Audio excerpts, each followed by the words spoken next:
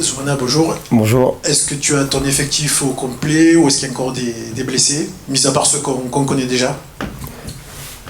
Tout dépend de qui vous, vous faites allusion. Quasiment au complet.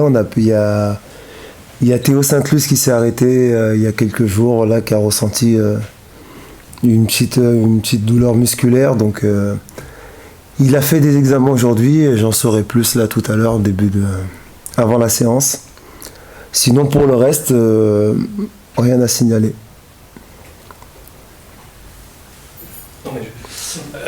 Est-ce que tu récupères Andy ou Andy Delors ou Christopher Julien par exemple pour ce match? Le premier s'est réentraîné, ça avait l'air d'aller. Et il a souhaité avoir du temps de jeu avec la réserve. Donc aujourd'hui, pour que ça se passe du mieux possible aussi en dessous, on a décidé qu'il aille s'entraîner avec la réserve pour pouvoir jouer le match demain à 18h, puisqu'il joue demain à 18h ici.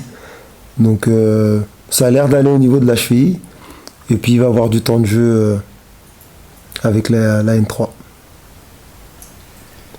Qu'est-ce que tu attends de ce dernier match à la Bosson? J'attends que mes joueurs montrent le même visage qu'ils ont montré contre Reims. Je trouve que c'était cohérent. Je peux même dire Brest. Et avec encore un peu plus d'ambition, un peu plus d'audace. Et bien évidemment, avec l'envie de marquer des buts.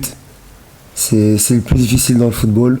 Mais au moins d'avoir cet esprit et voilà, mais de garder cette cohérence, cette organisation, cette ambition, et puis jouer de manière libérée face à un bel adversaire, même si on sait qu'il sera fortement remanié, mais ils doivent voir ça du bon côté. C'est une belle opportunité de jouer le finaliste de la Ligue des Champions à la maison pour un dernier match. C'est un vrai truc sur lequel tu vas appuyer, de dire on joue le finaliste, je veux dire c'est un levier de motivation, un levier de préparation. Oui et non, parce que même s'il ne l'avait pas fait contre Arsenal, ça restait quand même un bel adversaire. Donc c'est pas le fait de faire la finale qui détermine ou non, mais c'est un levier supplémentaire. Voilà, c'est pas le principal, mais ça doit être vu de cette manière. C'est une belle chose, c'est pour eux. C'est une belle expérience et puis c'est un bon moyen de... Ce match, il ne peut pas tout effacer, bien au contraire, mais en tout cas, montrer que la saison a été ce qu'elle a été, mais ils doivent être capables sur 90 minutes de montrer un autre visage, comme ils le font depuis un certain temps. Zoumana, je rebondis sur la question du PSG. Tu parles beaucoup de demain. Est-ce que affronter une équipe comme Paris, ça n'arrivera pas avant, on ne sait pas combien de temps ensuite? Est-ce que pour tes jeunes joueurs, tu as envie de leur dire accumuler de l'expérience sur ce match-là? Parce que ça, c'est des matchs qui permettent de grandir aussi. Effectivement, savoir quand est-ce qu'on va les rejouer. C'est difficile de le dire, on espère en tout cas le plus vite possible, ce serait bon signe. Mais au même titre que quand on a été joué au Vélodrome, c'est de se déplacer dans une enceinte où il faut appréhender cette pression, l'hostilité du public, de l'adversaire, l'atmosphère, l'ambiance. Voilà, c'est pour eux, pour leur apprentissage et leur expérience, je pense que ça vaut 2-3 matchs d'en jouer qu'un face à ce genre d'adversaire. Donc c'est dans ce sens-là qu'ils doivent l'aborder. Bonjour coach, est-ce qu'au final vous n'êtes pas peut-être le mieux placé justement pour affronter ce PSG-là, vu que vous avez connu pas mal de joueurs là-bas, des jeunes qui risquent d'être dans le groupe, voire même des titulaires comme Mayulu, Ibrahim Mbaye, etc. Moi, je ne suis que le copilote, celui qui dicte au pilote quand est-ce qu'il peut accélérer et qui a le chemin, mais c'est eux qui ont le volant et c'est eux qui ont le pied sur l'accélérateur. J'ai beau connaître la route, au final c'est leur détermination qui fera que la course tu peux la remporter ou non. De connaître les joueurs et ces jeunes joueurs, peut-être certains que j'ai eus sous mes ordres, oui. Je ne sais pas si c'est beaucoup plus un avantage qu'un autre entraîneur qui ne les aurait pas eus. Voilà, c'est vrai que j'en connais beaucoup, j'en sûrement quelques-uns que j'aurais côtoyés, mais honnêtement, est-ce que c'est réellement un avantage? Je sais pas. Comment on joue ce genre d'équipe qui aime bien avoir le ballon? Donc ça veut dire qu'il faut, quand on le récupère, essayer de plus le garder possible et d'aller de l'avant. Ça va être ça le but du match? Un peu. Déjà, dans un premier temps, la bataille de vouloir la conserver face à une telle équipe, elle est compliquée. Donc quand cette bataille, on ne peut pas l'emporter, c'est d'accepter de ne pas l'avoir. Et quand on ne l'a pas, c'est de rester organisé, discipliné, patient. Et le peu de fois où on doit l'avoir, c'est pas dans un esprit de vouloir seulement la conserver, mais le peu de fois où on l'aura, c'est d'essayer de faire mal et de sortir de cette pression parce que c'est une équipe qui t'étouffe. Quand elle l'a, elle te fait courir et dès qu'elle la perd, elle réagit très vite pour pouvoir justement te la reprendre. Donc voilà, il va falloir sortir ensuite de cette pression à la récupération pour justement essayer d'être dangereux. C'est un beau défi. Bonjour Zomana, on a beaucoup parlé de la finale du PSG. Vous, à titre personnel, comment vous avez accueilli la nouvelle mercredi soir devant votre télé et est-ce que vous avez peut-être un message d'encouragement pour les Parisiens pour la finale? Moi je l'ai dit, bien évidemment j'ai une histoire particulière avec ce club puisque j'y ai passé 16 ans. Mais au-delà du temps que j'ai passé là-bas, je pense que les gens doivent être derrière Paris parce qu'ils représentent la France, ils représentent le championnat de France. Et quelque part, voir une équipe française performer et arriver à ce niveau-là, ça met en valeur le football français, ça met en valeur notre championnat, tout simplement. Donc moi, je l'ai accueilli avec énormément de joie. Et puis, ils ne l'ont pas volé. Tout ce qu'ils ont fait, la manière dont ils ont construit cette qualification avec beaucoup de personnalité. Il y a eu des moments difficiles. Même sur ce deuxième match, ils passent un premier quart d'heure difficile, mais ils ont su faire le dos rond et derrière sortir un peu plus et être dangereux. Et quand on regarde tous les matchs qu'ils ont fait, il y a eu des tournants, des moments chauds, mais à la fin, quand on regarde et on analyse, ils ont à chaque fois mérité leur qualification. Et cette finale, elle est amplement méritée. Donc tout ce que je leur souhaite, c'est aujourd'hui, c'est d'aller au bout. Tu connais bien ce club. Est-ce que tu as l'impression que Luis Enrique a changé les choses et est-ce qu'il a apporté ce qui manquait à ce club? Au vu des résultats, oui. Et en tout cas, il l'a construit petit à petit et ce qu'on peut voir, ce qu'il a amené, c'est une mentalité. Je pense que les équipes d'avant, souvent en championnat, elles pouvaient laisser les gens sur la fin, où on avait le sentiment qu'elles accéléraient, mais juste pour être devant l'adversaire du jour, et qu'elles n'étaient pas toujours à 200%. Et cette équipe-là, quand elle joue les matchs, elle performe, elle donne tout, dans les efforts défensifs comme offensifs, le contre-pressing. Donc ça donne un tel écart aujourd'hui dans le championnat, mais ils ont fait une course où ils ont regardé que dans leur couloir et ils ont toujours été à fond. Et ça, c'est vrai que c'est quelque chose qu'il a réussi à mettre en place d'exceptionnel. Ce PSG-là aussi de Luis Enrique, on le décrit peut-être de manière caricaturale, moins de stars, plus de collectifs. Mais est-ce que dans la philosophie globale de cette manière de tout donner en groupe, tu te sens proche de Luis Enrique peut-être dans l'approche du foot d'aujourd'hui? Je pense que tous les entraîneurs se sentent proches de ce que met en place. Tous les entraîneurs rêvent de créer une équipe où, entre guillemets, la star, c'est l'équipe. Que le groupe et les joueurs soient unis et soient dans un objectif commun. Après, je dis souvent, les joueurs peuvent avoir des objectifs personnels, et ça c'est normal et c'est légitime, mais ces objectifs personnels, ils doivent rentrer dans un collectif. Le joueur qui veut avoir plus de sélection, qui veut avoir un meilleur contrat, qui veut se mettre en valeur, qui veut finir meilleur buteur, tous ces objectifs personnels, ils doivent rentrer dans un collectif et tout doit être fait pour l'équipe. Et quand on est entraîneur et on a un groupe où on arrive à avoir ça, c'est exceptionnel et c'est ce qu'il a réussi à créer. Et je pense que c'est le souhait de tous les entraîneurs. Tu as de jeunes joueurs dans ton effectif.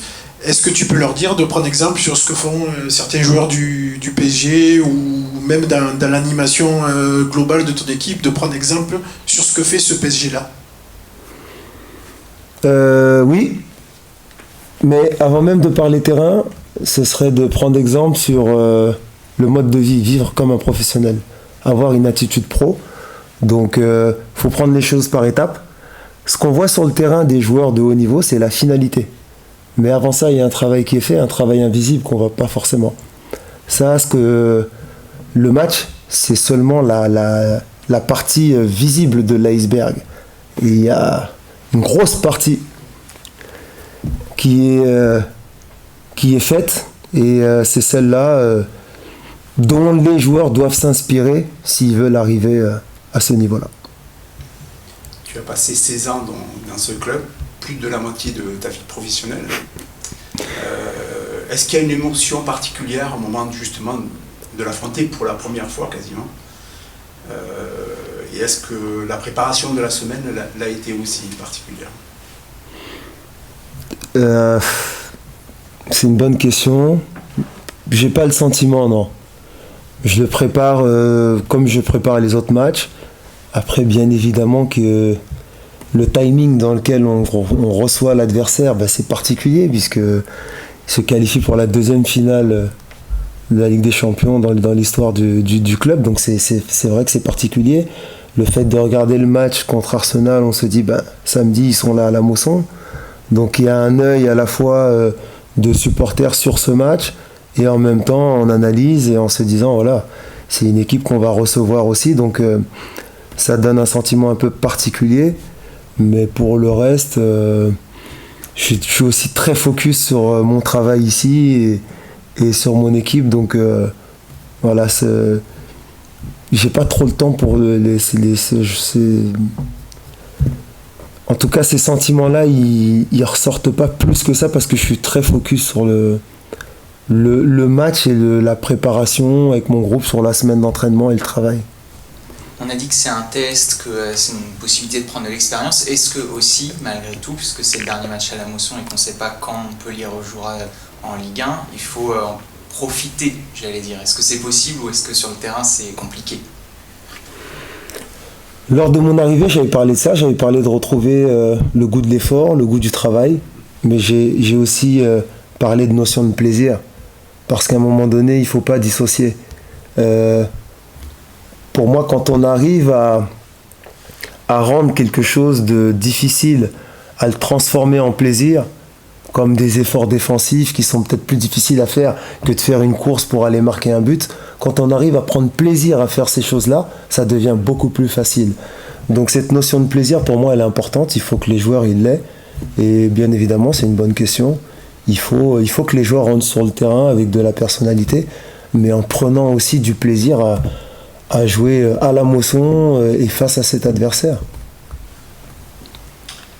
Une question sur le match à Brest. On a vu beaucoup de choses dans la lignée des progrès des matchs précédents, mais il y a peut-être un secteur dans lequel on le voit moins, c'est sur le secteur offensif. On a vu beaucoup d'efforts de Khalil Fayad, mais Junior Ndiaye et Tanguy Koulibaly ont eu du mal à être dans cette même lignée. Comment faire en sorte qu'ils je sais pas si c'est décomplexé ou qu'ils se lâchent plus, qu'ils soient moins discrets, on va dire. Très très bonne question.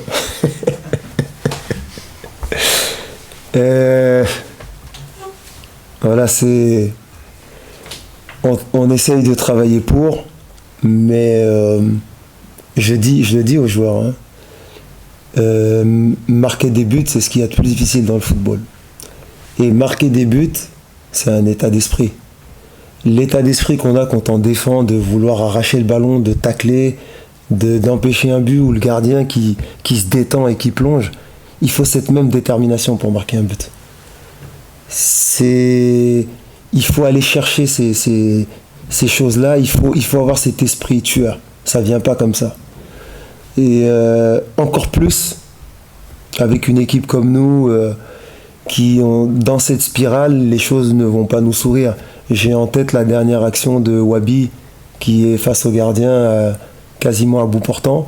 Peut-être que dans une saison où c'est plus positif, ça peut finir sous la barre ou dans le but et on revient avec un point de Brest. Mais quand les saisons sont comme celles que l'on vit, il faut forcer les choses. C'est encore beaucoup plus difficile. Donc je pense que c'est une question d'état d'esprit, certes de travail, de répétition de certains gestes, mais c'est aussi très mental. Voilà. Tu es parisien.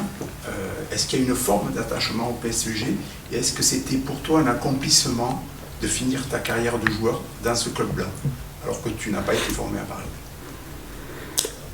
À l'époque, quand le club est venu me chercher, je me souviens, Alain Kézac, puis c'était Paul Le Guen, le coach. Forcément, en tant que banlieusard, je suis né et grandi dans le 92 à Colombes. Il y avait cette envie de revenir à Paris, mais j'avais aussi conscience qu'au PSG, il y avait l'opportunité de pouvoir gagner des titres, parce que c'était un club, certes, sur la scène européenne, qui avait déjà du vécu, mais au niveau national, arrivait toujours à remporter quelque chose, une coupe, et j'étais aussi ambitieux, j'étais à la recherche de clubs qui pouvaient me permettre aussi de remporter des trophées, parce qu'à la fin, c'est ce qui reste dans une carrière. On ne se souvient pas de tous les matchs qu'on a joués, mais il y en a certains comme ça qui restent un défi, qui nous marquent à vie, et les titres, c'est ce qui reste dans une armoire, entre guillemets. Donc c'était aussi ça mon souhait et ma motivation quand j'ai décidé de rejoindre le Paris Saint-Germain.